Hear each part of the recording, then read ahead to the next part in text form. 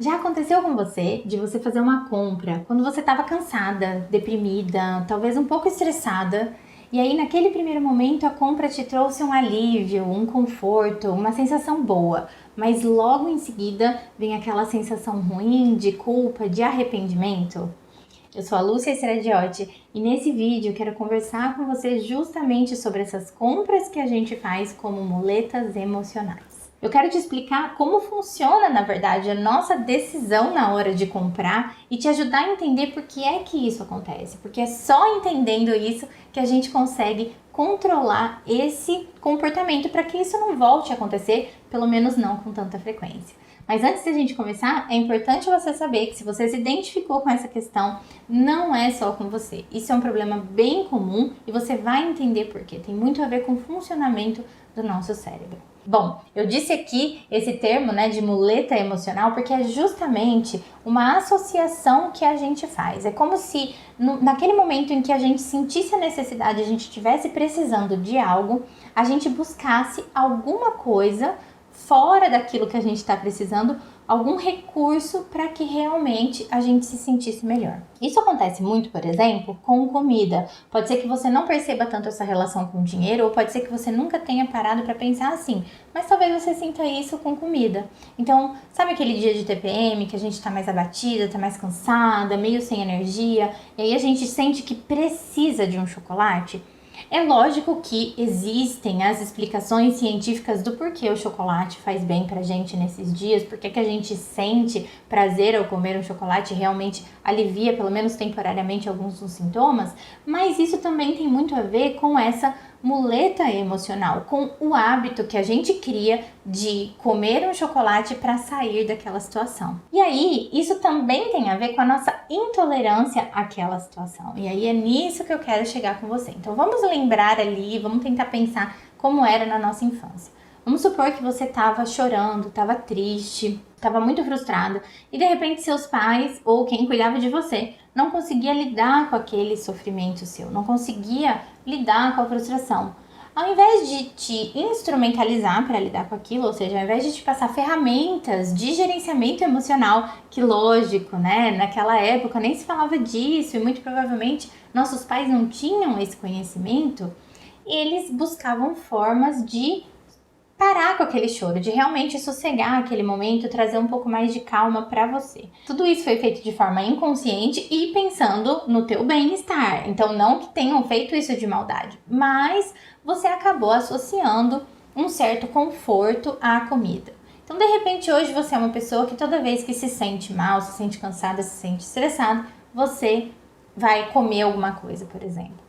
Isso pode acontecer com você ou pode ser que não, pode ser que você perceba isso justamente em outras áreas, em outras questões, e uma delas são as compras. Algumas pessoas têm um relacionamento muito parecido com o dinheiro e com a comida. Então eu quis trazer esse exemplo aqui da comida porque pode ser que você não tenha tanta percepção assim do que isso acontece na tua vida financeira, mas você consiga perceber isso acontecendo quando se trata de comida. É o que a gente chama de fome emocional, mas realmente entender isso como uma muleta emocional faz a gente entender o porquê disso acontecer. A maioria das nossas decisões são tomadas pelas nossas emoções. E por que isso acontece? Porque o nosso cérebro tem dois sistemas. Um sistema que é mais rápido, mais quente, que é o sistema emocional. Ele é aquele sistema que reage muito rapidamente às coisas, que ele está quase sempre ligado ali, sempre ativo. E a gente tem o sistema racional, que é aquela parte mais lenta, mais devagar e que demora um pouquinho para ser ativado. É por isso que tantas e tantas vezes, sejam quais forem as situações, a gente age pelas emoções, a gente toma aquela decisão emocional na hora, acaba agindo meio que por impulso e depois bate aquele arrependimento. Isso pode acontecer, por exemplo, na hora do nervoso, em que a gente está discutindo com a nossa criança, com o nosso filho, com a nossa filha, enfim, e aí acaba gritando. Quando a gente grita, essa é uma decisão emocional. Na verdade, não é nem uma decisão, é uma reação, é uma resposta emocional que tem muito a ver com aqueles padrões todos da nossa infância que ficaram internalizados. A gente não tem tempo, nesse momento, de buscar por uma resposta mais racional. A gente tem dificuldade de realmente acionar esse lado racional do cérebro e ponderar a situação e pesar o que está acontecendo. Então, é muito comum que nesses momentos em que as nossas emoções estão mais afloradas, a gente tenha uma resposta emocional para a situação. E isso acontece muito também com relação à comida e com relação ao dinheiro. E é por isso que eu bato tanto na tecla de que não resolve cortar gasto. Só cortar gasto não adianta nunca, porque sempre que a gente passar por uma situação em que as nossas emoções estiverem mais afloradas, a gente vai buscar a nossa muleta emocional enquanto a gente não aprender a lidar com essas emoções. Então vamos pensar que você tá cansada, você tá estressada, e aí, né, você tá naquele sentimento de caramba, eu só trabalho, eu preciso fazer alguma coisa por mim, e aí você tá passando por uma loja, ou andando no shopping, ou então você tá com o celular na mão, e hoje em dia é muito fácil entrar numa loja online e fazer uma compra. Nessa hora que você sente vontade disso, é porque o teu cérebro sabe que aquele ato de comprar algo para você vai te trazer um sentimento positivo na hora. Ele sabe que vai ativar algo aí no seu cérebro, vai produzir alguns hormônios da felicidade e que você vai se sentir satisfeita com aquela compra. O que seu cérebro não sabe, porque a parte racional dele tá lá quietinha, ainda não tá agindo, é que essa compra pode te endividar. Essa compra pode te trazer prejuízos financeiros depois. Essa compra pode, inclusive, não ser uma compra que você quer muito, é alguma coisa só que você está buscando um alívio imediato para algo que está acontecendo naquele momento e que depois vai te gerar frustração. É por isso que tantas vezes a gente compra alguma coisa, sai da loja feliz ainda, chega em casa já não tão feliz e a hora que chega a fatura do cartão, vem o arrependimento. É por isso que isso acontece com tanta frequência, mas também é o motivo de tanta gente não conseguir sair desse círculo vicioso das compras por impulso, porque não deixa de ser um vício mesmo. A gente se habituou a buscar esse silenciamento das nossas emoções através de emoções positivas. Então, o que acontece é que se você está cansada, estressada, angustiada com o trabalho, ao invés de você lidar com isso, ao invés de você acolher essas emoções, ao invés de você gerenciar isso que você está sentindo no momento e tentar resolver a causa dessa sua frustração e desse seu estresse, é mais fácil, porque foi assim que você aprendeu desde pequena, simplesmente silenciar isso e tentar compensar a balança.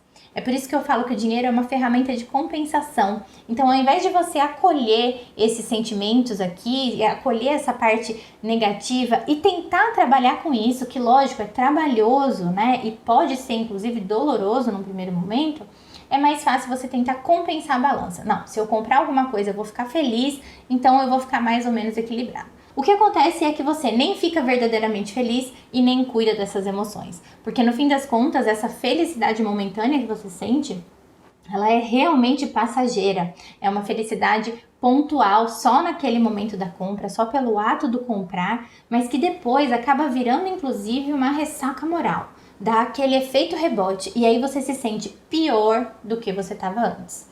Mas pensa comigo, a hora que você se sente pior do que você estava antes, e aí você, além de tudo que você já estava sentindo, porque você não trabalhou aquilo, você agora está sentindo culpa por ter mais uma vez comprado algo que você não precisava. Você agora está se sentindo péssima porque mais uma vez caiu na tentação das compras por impulso. E mais do que isso, tá aí preocupada, angustiada, ansiosa com a fatura do cartão que vai chegar e vai mais uma vez mostrar para você que você não é capaz de gerenciar o seu dinheiro. Então é lógico que nesse momento você vai mais uma vez buscar algo para compensar o que você está sentindo.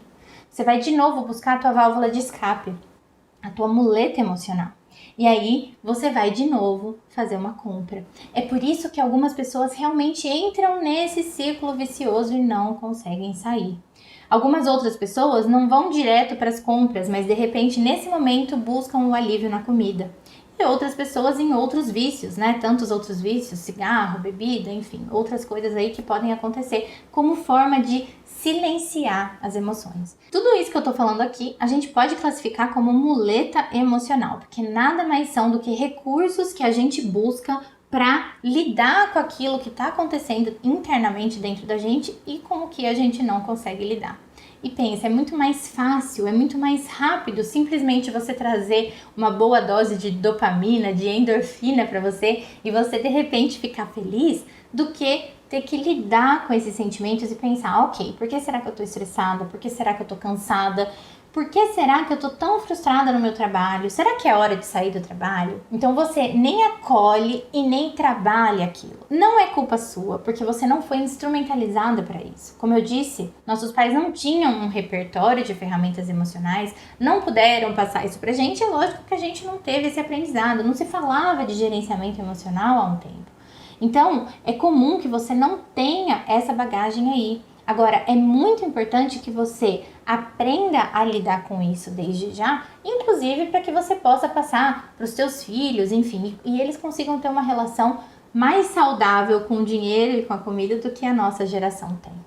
O que você precisa então é acolher o que você está sentindo e de alguma forma trabalhar aquilo para que você possa esvaziar aquelas emoções. Porque quando o teu sistema emocional está cheio, quando você está com aquela sobrecarga de emoções e não esvazia, realmente fica mais difícil, inclusive, do seu sistema racional agir. Fica mais difícil de você ativar o racional e ponderar as suas decisões. Então, um primeiro passo para lidar com toda essa situação é realmente entender o que é que está acontecendo, por que é que está acontecendo e o que é que você pode fazer de fato para cuidar daquilo naquele momento. Que não seja simplesmente uma muleta, que não seja uma solução paliativa, mas tentar cuidar daquilo. Por exemplo, se você está estressada porque o seu trabalho é estressante, você pode pensar numa reunião com o teu chefe, você pode pensar numa reestruturação, no caso de você ser empreendedora, autônoma, enfim. E você pode também pensar em recursos para deixar o seu dia a dia mais leve. Então, será que eu posso delegar algumas funções? Será que eu posso mudar alguns hábitos na minha rotina de trabalho para melhorar isso? É muito melhor e muito mais efetivo você pensar nisso do que você buscar a solução paliativa das compras. Mas, de novo, só lembrando aqui, a compra é mais fácil. É mais rápido e você, hoje em dia, nem precisa ter dinheiro, né? Se você tiver aquele pedacinho de plástico mágico que é o cartão de crédito, você tem poder para fazer o que você quiser na hora que você quer, que é aquele momento em que aquilo tá doendo mais. Então, o que você precisa entender aqui é da importância de gerenciar essas suas emoções, de realmente acolher o que está acontecendo e entender que não é o dinheiro, não é a compra que vai te fazer feliz naquele momento. Até vai, mas como uma forma de talvez equilibrar um pouquinho a balança e não como uma forma de lidar de fato com o que está acontecendo. E lembra que às vezes você está só trazendo mais um problema para sua vida, porque muita gente nesse círculo vicioso, nesse mau hábito financeiro, acaba se endividando, acaba comprometendo dinheiro que não tem e pior do que isso, acaba queimando todas as possibilidades de realizar os sonhos. E aí a gente entra naquela bola de neve de viver uma vida no piloto automático, indo trabalhar todos os dias num lugar que não gosta, voltando para casa frustrado e estressado, porém nunca conseguindo realizar de fato algo na sua vida. Porque todas as vezes que você poderia realizar algo, na verdade você está lá queimando o seu dinheiro com essas muletas emocionais. Deu para entender esse processo? Deu para entender a importância de acolher as suas emoções? Isso é fundamental de você fazer se você quer hoje melhorar a tua vida financeira e sair dessa bola de neve, de repente, de endividamento, ou mesmo que você não tenha dívidas, mas aquela sensação de nunca conseguir realizar algo, nunca conseguir guardar o dinheiro que você quer guardar, não ter investimentos, não ter uma reserva, porque você ganha o dinheiro e você gasta o dinheiro com muita facilidade. E isso pode ter a ver com todas essas questões emocionais. Se você ainda não está convencida de tudo isso que eu te falei, eu quero dar um exemplo meu para você entender como realmente essas soluções paliativas são simplesmente temporárias e não funcionam. Por exemplo, quando eu engravidei do meu primeiro filho, eu tive diabetes gestacional. Por conta disso, eu precisei de um acompanhamento médico super intensivo. Eu era tratada por 3 especialistas, então eu tinha o meu obstetra, mas eu tinha também a nutricionista e eu tinha um endócrino que cuidava de mim bem de perto, para que os meus índices permanecessem o mais dentro do normal possível. Mas eu precisei fazer uma super reeducação alimentar. Acontece que a reeducação alimentar não aconteceu. Primeiro porque eu não fiz por amor, eu não fiz porque eu realmente queria aquela mudança na minha vida. Pelo contrário, eu não conseguia acreditar que eu, que sempre tinha sido muito saudável, tinha desenvolvido aquela doença de repente.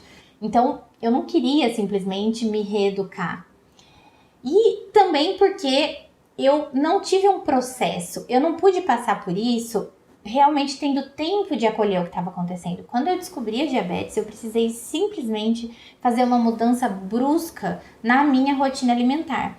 E o meu endócrino na época não era um profissional tão humanizado e ele não teve tanto tato para lidar com a situação. Eu só fui perceber isso depois, claro. Na hora a gente busca a solução que tem ali naquele momento. E aí a forma como ele lidava comigo, e ele foi tão restrito e realmente uma dieta super rígida, eu precisei cortar de vez todos os carboidratos da minha dieta. E quando eu falo todos, eu tô falando realmente de ler rótulo, de chegar no mercado e ter que ler tudo que contivesse açúcar ou tudo que tivesse carboidrato eu não podia comer. Então eu parei de comer fruta, eu parei de comer arroz, eu parei de comer massa, eu parei de comer pipoca. Tudo que era carboidrato eu não comia. Fruta eu tive que comer assim porções muito pequenas porque eu precisava das vitaminas, mas tinha que controlar o carboidrato, enfim, eu lembro que foi um estresse. E eu passei 7 meses nessa reeducação, digamos assim. Porém, o que aconteceu foi que uma vez que meu filho nasceu, e nasceu saudável, e eu fiz os novos exames e eu não tinha mais a diabetes, eu voltei para os meus hábitos anteriores, inclusive com uma força maior do que antes. Então, eu sempre fui uma pessoa que gostei de comer de tudo. Eu tenho, sim, assumidamente uma fome emocional. Eu já falei disso algumas vezes por aqui. E eu falo disso abertamente porque, apesar de eu ter um bom relacionamento com o dinheiro, eu não tenho tão bom relacionamento com a comida. Eu ainda preciso também cuidar de muitas questões minhas e é por isso, inclusive, que eu entendo a forma como minhas clientes se relacionam com o dinheiro, porque tem muito a ver com essa forma que eu me relaciono com a comida. E aí, eu voltei então para os meus antigos hábitos, mas como eu disse, com mais força. Então eu já era aquela pessoa que depois do almoço buscava um chocolate, mas eu comecei a tomar um milkshake de chocolate depois do almoço. E aí, chegava no final de semana, eu queria um bolo, eu queria um docinho, eu queria alguma coisa. Mas eu comecei a comer o dobro do que eu comia antes. Eu comecei a compensar todo aquele tempo em que eu fiquei sem comer. E aqui eu tô trazendo esse exemplo para você entender que quando eu falo que só cortar gasto não resolve e só falar assim, não, eu nunca mais vou comprar nada para mim. Não, eu não vou mais no shopping. Não é isso que você tem que fazer. Não vai resolver, pode até resolver temporariamente, no meu caso, por 7 meses. Mas prestem atenção que eu tinha uma motivação muito grande, que era a questão da saúde do meu filho. Se não fosse isso, muito provavelmente isso teria durado menos tempo, eu teria conseguido sustentar essa situação por muito menos tempo e eu teria voltado com muito mais rapidez para os meus antigos padrões.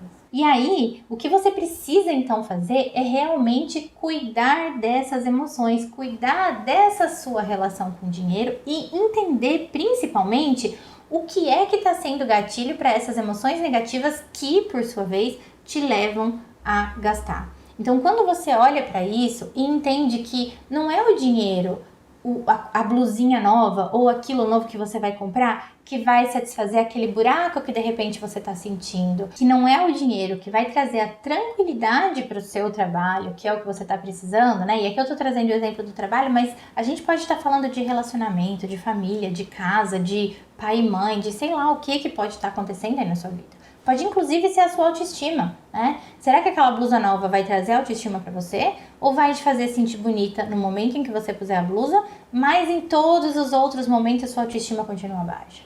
Então o que você precisa buscar é de fato a solução para aquela dor que você está sentindo. E mais uma vez eu repito, a solução não está nas compras. Espero que esse vídeo tenha feito sentido para você, espero que isso te ajude a pelo menos começar a ter algumas luzes de como lidar com essas compras por impulso que no fim das contas acabam gerando na gente esse efeito indesejado, que é esse efeito rebote de culpa, de angústia, de ansiedade.